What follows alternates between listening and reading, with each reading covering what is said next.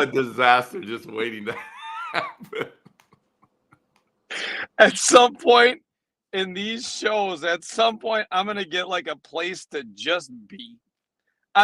Jimmy. All right. So I'm in northern Wisconsin, just trying to relax with the family, Jimmy. Just trying to relax with the family, and you got to go do it. We got to do a show this weekend. Got to do a show. I just want to relax. And then we're like, we're going to do the show. That sounds fantastic. So I thought, let's bring my iPad up, and we'll go, and I'll go into this place, and I'll do I don't know where my iPad is. I opened my bag this morning. It's gone. I don't know where it is. I have no idea where it is. So now I'm on my phone, and now I'm in the back seat of this van, and there's the river back there. So I'm going to van down by the river again, and I'm on my phone, and I'm holding it. Do you really think that my arm's going to hold out for this entire time? I think we both know the answer to that, Jimmy. At some point, it's just like that's going to happen like 9 times today. And I need you to be prepared for that because this is going down. We don't even know what we're talking about yet. And at this point, I don't even care. I'm just trying to work my muscle right here to keep the phone in one spot so I don't make everybody sick with the visual, so I can make them sick with my content that I'm trying to put out here. Either way, I'm sitting in a parking. Okay, all right. So now there must be like some sort of youth tournament going on at this high school in New Auburn, Wisconsin, because there are cars coming in. All right, let's talk about it for a second, Jimmy. Now I'm not just down by the van, down by the river. Now Jimmy, I'm in a van by myself in the parking lot of a school. This is not a good situation. So you were talking about bears. I'm worried, Jimmy. This is not I don't like this at all. I don't like this at all. I don't know what's gonna happen. Jimmy, I'm serious. I don't know. I don't know what I'm going to do with you. All right. Well, so first of all, let me just say this. You know where I think your iPad is? I think Allie. I think Allie did this to you. Look at Frank's comment. Look at Frank's comment. You're like Miley Cyrus. Wrecking ball. Yeah. Allie wouldn't have. Allie may have stolen. I don't know what she's just kind of on her own. She does her own thing. I'm just glad to be part of her world from time to time. But I don't know where the iPad is. I have no idea. We're 3 minutes and 14 seconds into the show. I can't feel my arm. So I don't know how this is gonna. I have no idea how this is gonna last. I just need you to understand that. Now this car just went around me. I don't know what happened there. You saw it. I'm sure you saw it. Now they're looking at me. Holy Hannah, this is a problem. Well, get to something else, please, so we can talk about it. And then I don't even know what's going on. I have no idea what's going on. And you know what else is happening while you're talking the entire time for 3 minutes and 5 seconds? There's this background noise that keeps going. Stop it. I don't know what it is, but it's just annoying as heck. Are you kidding me? Don't move. I can't. I don't even know anymore. I don't know where my camera is. This is a disaster. What if I do this, Jimmy? Watch this. Did that change? It's changed the arm angle a little bit. It's quiet now. You know what I'm laughing at? Here's where I'm struggling still a little bit. And I just realized something. You have a daughter is a sophomore in high school. I do. You have a son who's a senior. Is that right? In college. And then you have a son at college, right? Okay. Joe. Two in college. Yeah. 2 in college. Okay. Freshman in college, and then another one, right? You have 2 in college. Okay. Joe. Why do you still have a minivan? Oh, you're going to start that. Okay, you're going to start that. Well, first of all, Joe, it's okay to move on now. You can move on to the next vehicle. Okay. Listen, unless there's child booster seats in the. Oh, I get it. The booster seats for you. Yeah. Oh, okay. Listen, man. I'm 2 months away from not having a job. This car is paid off. We're riding this baby out until it doesn't go anymore. Let's be honest about that. That's how it works right now. And if I have a nicer car, the kids are going to want it. Like they don't want this. There you go. That's a good point. The van's going to be a hand-me-down. Joe, what are we talking about today? What are we going to talk about? I know what we're going to talk about. Let's not talk about decision making. Let's not talk about that because I don't know. Jimmy, they are all over. This is like the 9th car that's driven past me. I'm literally in the center of a parking lot. I didn't even pick the end. I didn't pick like what I'm sitting in this. This is not a good situation. Okay, so this is worse than Kentucky. Remember when I was in Kentucky and I was afraid of what was going on? This is worse because these people in Wisconsin, they may know at some point they're gonna I'm too close to home.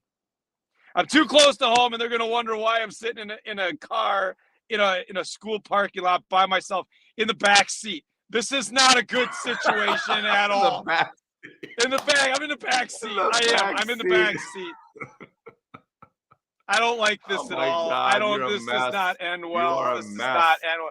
I apologize to everybody in the whole New Auburn, Wisconsin area. Please don't stop by. Please don't stop by. I don't need this. If you're watching from New Auburn, Wisconsin, don't come over here. Please don't. Please don't. Please. Please. This is not the mystery machine. You know it's a bad day when Chuck Moss gets on here and says, "Hey, I've got to go to my wife's Steen Mania today." He doesn't really want to go, Joe, but after this nonsense, he's out of here. Let's talk about something good before I get arrested.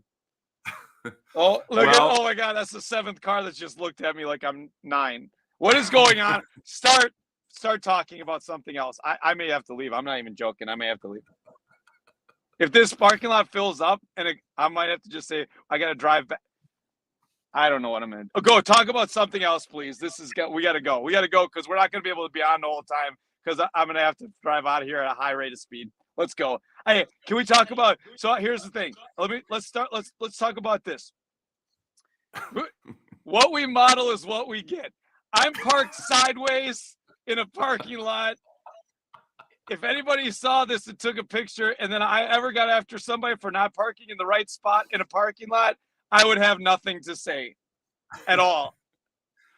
So you wanted to talk about modeling today. Okay, well then just say so, Joe. We can talk about that. Okay. Let's talk about that. What we model is what we get. Is what we That's get. Right. That's right. And expect excellence, right? Culturize, core principle number 2. That's what we're talking about today. So, hey, but in all seriousness, that is a good point. So here we go, audience. Finally, 8 minutes into the show, ready to talk about something. So we apologize for that, but this is pretty standard. No, if you follow our show, this is usually how it starts.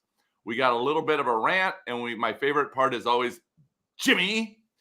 So that's always a good part. So. But modeling, Joe, that's interesting you say that. So here's the thing. It is almost May. And I know that, this time of the year, people can get, they're just tired. There's no doubt about that. Yeah.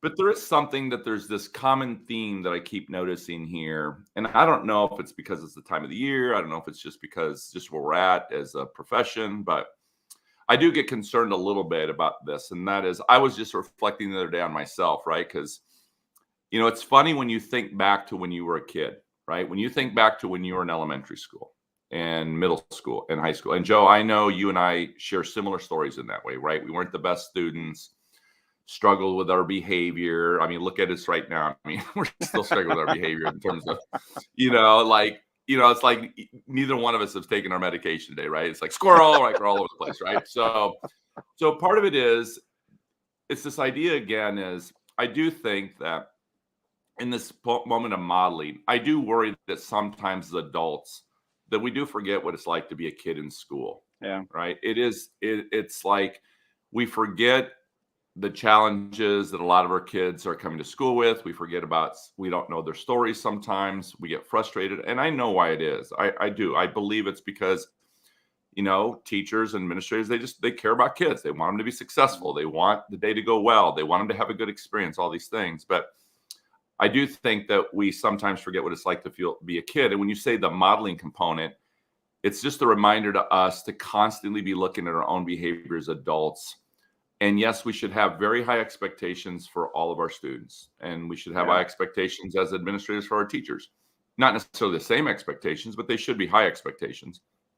Yeah. And the part is for all of us, the reminder is, are we emulating or modeling, I should say, the behaviors that we want either our kids or our staff to emulate or to replicate? Because the risk of it, losing credibility when we are not modeling those behaviors, expecting them to do things, and then looking at our own behavior and realize that we're not doing it. Right. So I've had a couple experiences. I know, Joe, you've had them too. But, just even even right now, I mean, you're in schools every day. You have a different experience than I do. But even in going out and working with schools, if we're going to say something starts at 1:30, then it should start at 1:30, right? Mm-hmm. Because that's going to frustrate your best people, right? Right. And yet we get critical because one of the things I keep hearing right now from staff is their frustrations with kids' apathy about getting to class on time. I was in a school here just a couple of weeks ago. The bell rings. There's still kids in the hallways. The adults are frustrated with the kids being in the hallways. They won't get to class. Get going to class. Get to class. Mm-hmm. And then they complain about how they never get to class on time. And then literally an hour later, they can't even get to the faculty meeting on time, right? They've got to be able to see that. We've got to be able to see that. And it's no different for us as administrators, that sometimes I do think we can be hypercritical for our teachers. And so it's a reminder again, how important that we look at our own behavior, that we remember what it's like to be a kid. And we have to remember that it's probably not a good idea to be, taking recess away from kids on a regular basis. That's not going to help. Right? I know we're frustrated. We don't know what to do. What's the consequence going to be? All that. We get that. But there's got to be better ways. And then the last thing I'll say about this, Joe, I'll let you talk, is just the idea of, I think sometimes we can start looking for things. And I think that's the danger, because I don't think we give kids enough credit sometimes for them, that they do recognize when they feel that they can't do anything right, that someone's just constantly looking for them to do something so they can catch them, and then we can pick on them, right? In terms of, well, they're not doing this, they're talking, they're out of their seat. Well, yes, we know that, but what are we doing differently? And the reality of it is, I know as an adult, I can't sit for very long either. I constantly have to stand up and get up and move around. And even when someone's talking, I can still be engaged in the conversation. I want to listen to it and I'm paying attention, but I've got to move because it's just who I am. And so again, it goes back to, how well do we know our kids? How well do we know our staff? And it is about this modeling idea. So you can take the conversation anywhere you want to, because there's so many aspects of that modeling. But, in this case, I'm talking about just the remembering what it's like to be a kid, and just kind of use that perspective when we're in schools. Yeah, there are two things that I think about. First of all is, what kind of empathy are we having for people, when whatever situation that they're in? And there's also the expectation of what we want to, what we're looking to get done over, whatever that particular time frame is, if it's a meeting, if it's a class, or whatever the case may be. And I think there's some grace that we have to give, obviously, to people who are in situations that we may not know about. And the first thing that we need to do in that situation is ask the question, is there anything that I can do to help you? Is there something going on? Is there anything that we can? I mean, sometimes I think when you're in that, the situation that you're talking about, kids aren't getting to class or we're not at the faculty meeting, I think there are times when we get frustrated if we don't know ourselves well enough to know what's going to trigger us, that we start to make assumptions about why people are doing or acting the way they are, or why certain things are happening, and then we try to fill in the gaps for them, because we want to figure it out without actually just asking the question about what's going on. So I think the more we do that, the more opportunity we have to have these informal conversations with people. If things don't go well along the way, it's easier to have a tough conversation about where they're at, what they're doing, what's going on, why they weren't on time, why, that kind of stuff. So I think that's a big deal. The other thing that I think we need to understand is that, when it comes down to kids in classrooms and, and teachers and everybody, I think sometimes we can't forget that what we're teaching to kids we've taught it multiple times, and it's their first time through this, whatever this is. And I think if they don't get it in a way that we want them to get it, we start to wonder, well, why wouldn't we get it? We got to remember it's all new. And we talk to our people about, when's the last time you've done something for the first time? And what did that feel like? And if we never forget that piece of it, I think it's easier to have the conversations about if kids are getting it or not getting it or whatever. But the original conversation was about, what are we modeling to make sure that we're in the right situation to be involved in these conversations and these interactions. And it just makes it a lot easier for us to have tough conversations if we're modeling the behavior that we want to see. So, for example, if we tell our staff members that we want them that it's really important for us to meet kids at the door and connect and make sure that they feel loved, supported, and safe in the first 5 minutes of class, right? If we say that to our staff members, like that's an expectation, well, the expectation is the same for us when we have a staff meeting, right? If I expect our staff members to meet kids at the door and make sure they feel loved, supported, and safe, my expectation then translates to the staff meeting where I'm at the door to make sure that staff members feel loved, supported, and safe in their first 5 minutes. Because if I don't, it makes it really hard to have that conversation with the teacher about why it's not happening in the classroom. Having said that, it makes it much easier to have that same conversation because we're modeling what we're looking for in our staff. And teachers are, I mean, obviously you get to this point in the year and there are days where it's, let's just get to the end of the day. And honestly, that's okay. I believe this. I'm not going to speak for you, but I think like that's okay. If that becomes the norm, it's a problem, but that's okay. Sometimes we just got to get through. And if we do that, we got to give them enough grace to know why they just needed to get through in that spot and have a conversation about what that looks like. Now, when that becomes the norm, then I think part of it and a lot of it is on us as administrators and not the teachers, because we haven't reached out to make sure that those people are feeling okay. And if it gets to the point where it's over the top and they're at the breaking point, then we haven't had enough conversations with them about, every step along the way to make sure that they're okay. And Jimmy, I'm just going to say it. That's on us as administrators. Mm-hmm. Yeah. I was looking at the comments and Carol says, we need to find out the why. I completely agree with that. But we also sometimes need to share the why. You just mentioned, hey, I just need to get through the day. And I think it's okay to say to people, listen, right now, I'm just not feeling well. So for whatever reason, I'm just a little tired. I'm not feeling like my usual self. Hey, guys, let's just try to get through the last 10 minutes here of class here, right? And tomorrow, I promise I'll be back and I'll be better for you, right? Even that explaining the why brings clarity to people, so that way they don't judge or they don't question or wonder or they don't create a narrative about that. So that's a part of it too. And then Josh talks about, the idea here of, how to set expectations to avoid the noise in April. And I would say maybe it isn't to avoid it. And I do agree with him because I understand what he's saying, but maybe it's to minimize it. Maybe it's to reduce it. I don't know how realistic is to expect that every day is going to be perfect and the kids are going to come in, do everything they're supposed to do. I mean, any different than we are, right? And so maybe it's not that we shouldn't have these expectations, but we also have to be okay with the fact that there will be days. It's like, you can use the analogies in sports all the time, right? You can't, I was watching, I should know, I know his name, but the guy for the Milwaukee Bucks, did you see that Giannis. the other night? Yeah, it was great. Giannis, it was great. Giannis, That was a great comment, right? I mean, is it really failing when we don't win a championship, right? Is the whole season a failure? No, it's just, it's a journey to reach a goal that we've all set. And when we don't get it, we just turn around and come back and do our best to reach it again, right? And so, that was a really good video for those of you guys who haven't had a chance. Maybe go on YouTube and take a look at it. But it's a reminder how critical people can be in our world today when, for whatever reason, we're not at our best. Yeah. And what are the learnings that we take away from these types of things? And so, the idea with the faculty meeting, Joe, we've talked about that, and that is such a good point. Again, it's really looking at our faculty meeting as our faculty meeting emulating a classroom. Are we being clear when people come in? Are faculty excited about coming to the faculty meeting? If not, why not? That's what we expect teachers to do, create an environment where kids are excited about coming to class and learning. But if we're not creating that in our faculty meetings, well, then we're somewhat hypocritical in that. Do we have a clear objective to our meeting? Are we putting teachers in groups and giving them a voice? Are we empowering them? Are we doing the same things? Are we engaging our faculty in positive ways are we checking for understanding? What assessments are we using in the faculty? Are we using an exit ticket when they leave?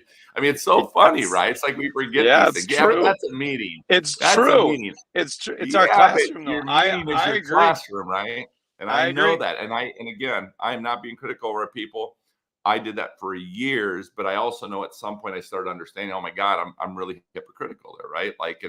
And then we begin to improve. We're all evolving, and this is a constant reflection for us to continue to get better. So, hey, so listen to this. So somebody had asked me the other day, Joe, that they didn't know how to manage the situation. Jimmy, what do we do when a staff member is elevated and going off on a kid. Like I was in the hallway, Jimmy, it was just really awkward. It was uncomfortable. We were kind of sitting there. We didn't know what to do. And so we didn't do anything. Right. And that kind of says something about a culture when even in our own culture, we don't know how to, because some people will take this approach. Well, that's not my job. That's administrator's job. Right. And I'm not going to argue one way or another whether it is or isn't. I mean, I'm a believer that everybody is responsible for the culture and climate of an organization. I mean, that's what I believe. I get pushback on that. Some people don't agree with me on that. They say it's not my job. Well, I think we have to look at the overall picture and say, well, why are these behaviors allowed to continue in our organization? Yeah, I do believe there's a point where administration has to be the one that says, hey, but I think if we're clear on what that process looks like, and if we can shift our way of thinking, if we can reframe it and see it differently and say, well, what if we built a culture of permission where everybody in the organization commits to helping everybody else be great in the organization? Then what would that look like? Well, let's be realistic. We can predict that every one of us at some point or another will behave in a way that is not meeting our standard, right? Is not meeting our expectations. Why? Frustrated, tired, exhausted, having a crappy day, personal life going on, whatever it is, right? So if we can already predict this, because we're not perfect beings, then why don't we just go ahead and agree? Well, let's talk about when that happens. What are some things we could all do to protect one another? If we really believe everybody in here wants to be great, well, then let's everybody help everybody be great. So one of the things I said to her, I said, so here's, and you and I talked about this is, to me, it always comes in a little bit of a framework, because the frameworks to me is the equity component that it's like teaching. Everybody knows what the expectations, but we also know how to respond when one of our people fails to meet the expectations. I said, imagine if that same scenario, let's walk back to that same scenario. What if the first step in the framework to protect one another is simply to use proximity, just like we would ask teachers to do in a classroom? There's the modeling, right? Simply walk over and stand near the person who's elevated. Don't have to say anything, but let's just all agree we're going to do that. So when we see that, we don't need to get defensive or get our feelings hurt. We know they're there to protect us, right? They're there because this is what we've agreed to. So I know why they're there, because I've okayed this. I've said I'm okay with this. I want this too. And I may need to do it to somebody. So what if we just said, the first step is proximity. Administrators could do the same thing with teachers, right? Interesting how we could do the same thing as teachers with kids in the classroom, right? Just walk over proximity, right? We all know this. But that doesn't seem to work. The person remains elevated. So what's the second step then we could do? Well, the second step is we could say, is everything okay? Right? So there is an interruption verbally, but it's not an accusation. It's not a, hey, calm down. It's, hey, what's going on? No, just, is everything okay? Right? So we take the first step, proximity, then we take it to the second step, is everything, and that still doesn't work. What's the third step of the proximity, or the third step of that framework would be, hey, is there anything I can do to help? Mm-hmm. And even those three simple things, three easy things to remember, I believe we would get a better result. I'm not saying it's going to fix it, not going to say perfect, but I believe that that's a better result than doing absolutely nothing at all, or going down there and being kind of somewhat annoyed, or not annoyed, but maybe too aggressive in the correction of the behavior. So, hey, proximity, everything okay? Is there anything I can do to help? And that's an example. Sometimes I think when we come together and just begin to see it differently and say, how do we model for our peers? How do we create this culture? But I think we as the adults, and I always say this because I believe this, is that I believe the best way to influence student behavior is to change adult behavior. Right. Because if we don't behave that way, then we're not modeling what we're asking our kids to do. And at the end of the day, I do believe we're all responsible for the culture and climate of our schools. So, yeah. I agree with that piece, in that what you've just done in that scenario is really kind of break the script as to what's going on moving forward. And just sometimes taking a breath in that is a really important thing to do. The other thing is that the expectation is that everybody is involved in that process. Like, okay, so we're giving you the tools to help each other out, because if we all want everybody to be great here, if we all want to be seen in a certain light, then that takes everybody making sure that in our worst situation, that we're helping each other out in that spot, because we don't want people to be looked at negatively. We just don't. I mean, in great cultures, we want everybody to be looked at positively, because it impacts how we all are in the organization. And so when we can make sure we can make a commitment to each other that says this is the framework that we're going to use if we see somebody escalated in a space that we don't want them to be escalated in, and everybody understands what that looks like. Now we put ourselves in a better position to be helpers as opposed to just walking past it, because we've given each other the tools to be able to get, to help each other along the way. And that's why it's so important to have those conversations about what frameworks really look like. And I think as I sit here and look at all the stuff that we've done in our building and the buildings that I've been in over the course of the last X number of years, I think that's one of the places that I've really faltered, honestly, is we didn't create enough frameworks that said this is what this is going to look like. Here are the non-negotiables, and this is what it looks like. So I know when we get into a tough situation that it's harder to manage, that's harder to handle, it's because the framework isn't set up for that particular situation. Mm-hmm. And that's on me as the administrator.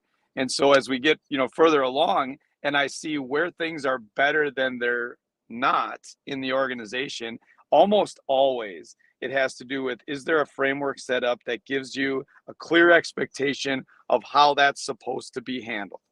And outside of dealing with COVID, where there was no framework and we created it as we went along the way, it's always been better if the framework has been established before the situation takes place. Even if it wasn't the right framework, and you had to tweak it, at least there was something that people could anchor to. And I think that's a really important piece of what we have to do moving forward is what kind of frameworks have we established for the people that we serve in the classroom, in the school, in the district, in the region, whatever you're responsible for. Think about things that you're struggling with or things that your organization is struggling with, and then go back to, have you set up a framework to address that particular need? And if you haven't, more often than not, if you do, things are going to get at least a little bit better. And what you said and how you handled that particular situation, or how you asked people to handle that particular situation, that's a framework. It doesn't need to be like some sort of 9-page document that refers to 18 different policies and processes. This is what the expectation is when this particular situation arises. Now, Jimmy, having said all of that, there are so many things that just pop up that we haven't dealt with before, that there's no framework established because it's never happened before, like COVID. And in those situations, I think you have to give people grace in knowing that there may not be an answer to that. And if you follow up and say, well, this is where we need to go, this is what we need to have the conversation about, now all of a sudden it changes the way that we interact with the work that happens right in front of us that we may not know about, because we're always trying to, because we're just getting hit from every side of what this looks like. And I just think that I just look at the things that have gone really well in places that I've led and things that have not gone as well as I would have liked them to go.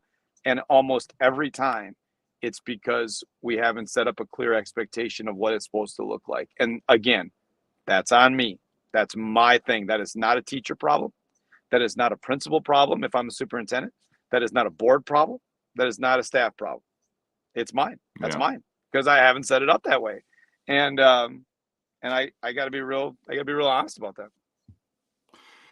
Yeah. Jordan here asked a question. He says, can you share some of these frameworks? So here's a couple things to think about, Jordan. Hey, number one, we're talking about Jimmy. Go ahead, buddy. Jim, I need you to talk for about 2 minutes so I can move this car. Obviously, I didn't know there was anything going on here. There's now there's 35, 40 cars. I'm going to drive.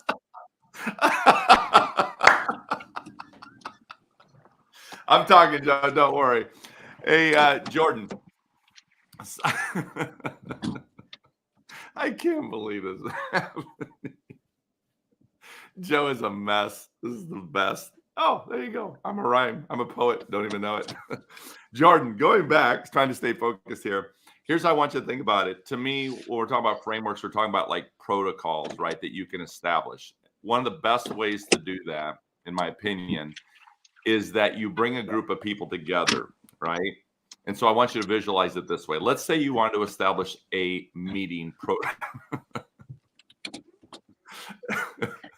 Oh my God. I'll just keep going, Joe. You just stay quiet, Joe. I'm proud of you. Let's say, Jordan, you want to establish a meeting protocol. So here's one thing how you would create this framework. You would simply go, let's say, I'm just going to use the fact that you're using a building leadership team, or you're a social studies teacher and within your department, you're going to do this, or you're a fourth grade teacher and within your grade level team, you're going to do this.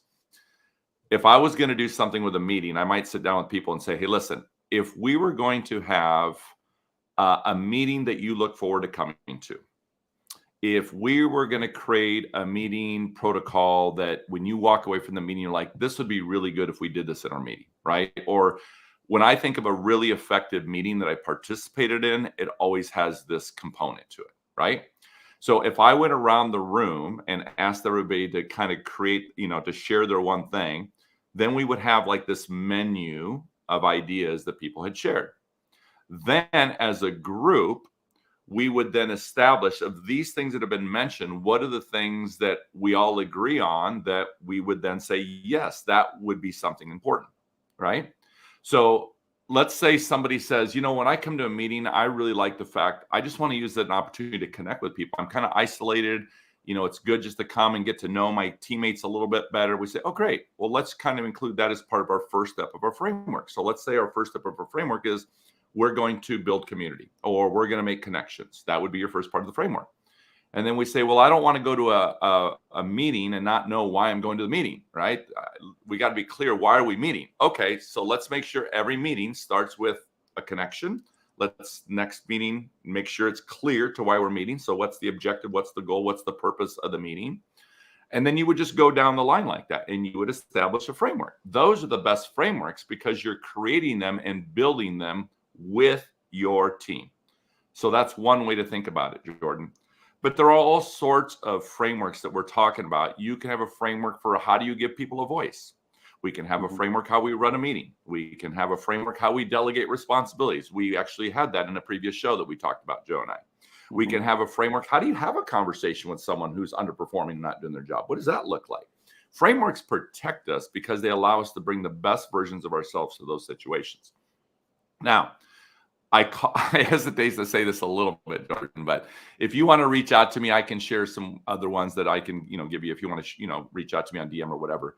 But I will say in Recalibrate, I do share several frameworks and a process how to create those if you're interested in looking into that. But anyway, that's the way I want you to think about it. It's better if you create them with other people.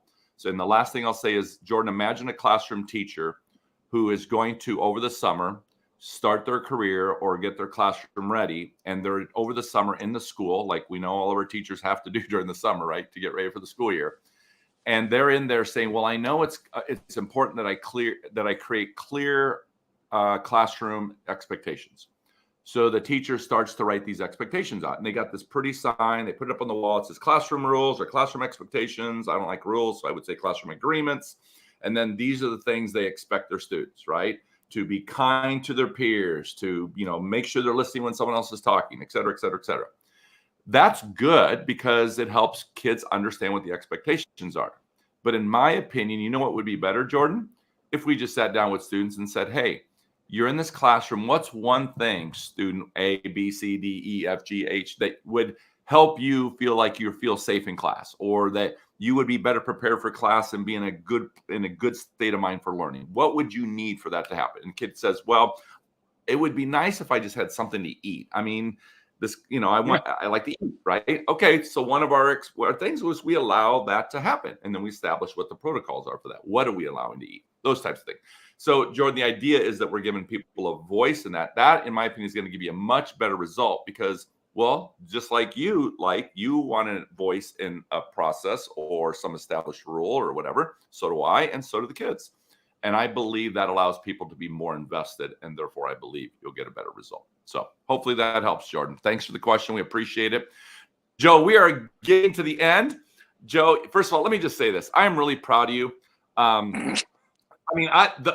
Buddy, first of all, I don't know how you move that van so quickly, but here's the thing. What are you, like 55, 56, 57? You're my age, right? Okay. Listen. Joe, you moved from that back seat to that front seat like a cat. You were like cat quick, buddy. Like, boom. It was like you're gone, then you're back. Yeah. And it was amazing.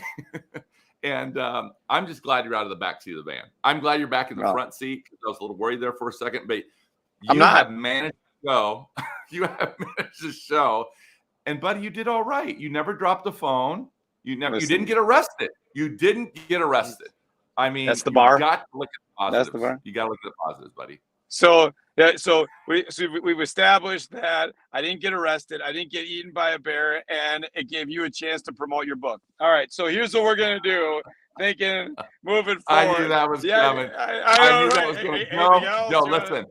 Joe, got any speaking engagements open yet this summer or something like that? Wow. I didn't realize, Joe, that you said, hey, just lead from where you are. I never imagined that would be in a van. Never imagined it'd be in the backseat of the van, buddy. Nope. Nope. Listen, you know what? I'm still in the backseat. Why don't you do this? Hack an office space. Okay. All right. Here we go. Can we just be done with this? This was a disaster from the start. We talked about modeling. This is not how you model a podcast. Nobody's listening to this garbage. So think about what it means to model. Establish frameworks and understand that the more that we can do to establish frameworks, the better chance we have to serve the people and give them voice in the work that we do. And we'll talk more about it next week when I'm not in a car down by the river. I'm going to show you this because this is what happened in the parking lot. It's full. The parking lot when I started was empty. It is full right now. And there are people driving past. I don't know. Is it a carnival? I don't know what's going on here. There's some sort of picnic. This is ridiculous. I don't know. I got to go. I'm leaving, Jimmy. Thanks so much for everybody. Thanks for being here. Have a great week, everybody.